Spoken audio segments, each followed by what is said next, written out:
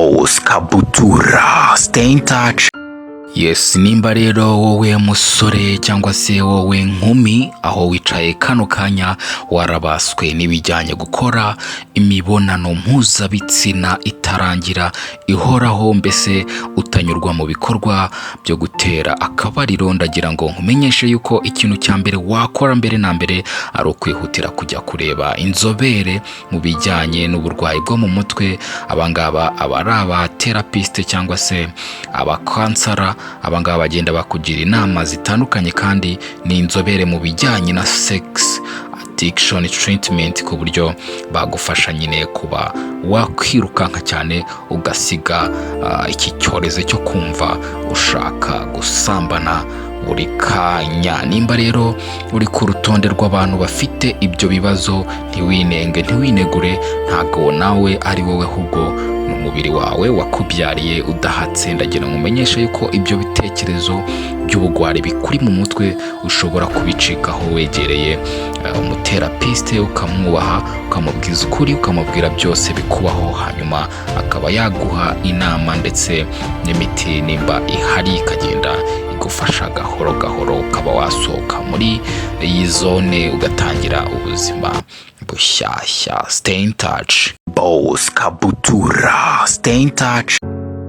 Yes, nimba rero wa mukobwa we cyangwa se wa muhungu we, wa mugore we cyangwa wa mugabo we uri imbata yo gukora imibonano mpuzabitsina, ndagira ngo nkubwire yuko ushobora gusangiza situation yawe cyangwa se story yawe abantu bagiye batandukanye, kugira ngo ubone abo muhuje ikibazo mwe mwakora ibyitwa support groups. Ibi ngibi bikaba bifasha abantu bafite ibibazo bimwe bigiye bitandukanye nk'ibyo ngibyo kwegerana bakaganira, hanyuma bagafata experience zimwe zo kuba bakwirinda ibyo bintu cyangwa se iyo myumvire igenda ibagira ibicibwa muri societe. Nimba rero ari uko nguko bikumereye, ushobora gahoro gahoro kugenda uganira n'abantu gahoro gahoro nyine online cyangwa se outline.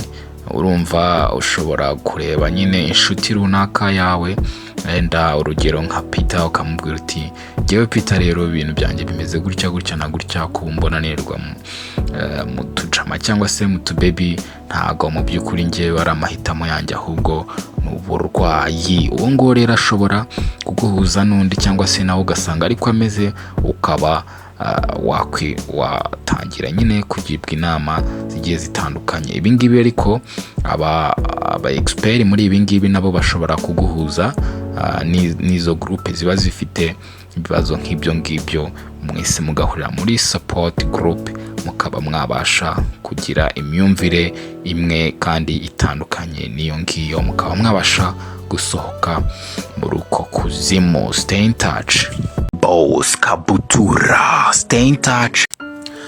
Wowe rero musore, nawe nkumi, ndetse nawe mugabo, nawe mugore, muri mu bibazo byo kuba mwiyumva nk'imbata z'imibonano mpuzabitsina, ubu ngubu rero ikintu cya gatatu mushobora gukora no kureba imbarutso z'ibyo bintu cyangwa se imbarutso z'iyo myumvire mufite kugeza ubu ngubu. Nimba ujya kuri internet watangira kureba filimi pornography cyangwa se filimi z'abakora imibonano mpuzabitsina, ugatangira ukabishaka ndetse ibitekerezo byawe bigakura kurenza filimi warebye, ukumva wifuza gukora imibonano mpuzabitsina ku kigero gikabije, hagarika kujya gusura izo mbuga zigaragaza ayo mafilime. Iyi ngiyi rero ni imbarutso ya mbere igutera nyine kuba wumva uri imbata yo gukora imibonano mpuzabitsina. Uramutse ugabanyije kujyayo cyangwa se ukanabireka burundu, mu by'ukuri ushobora kugira amahoro. Ibi ngibi rero ibyo bita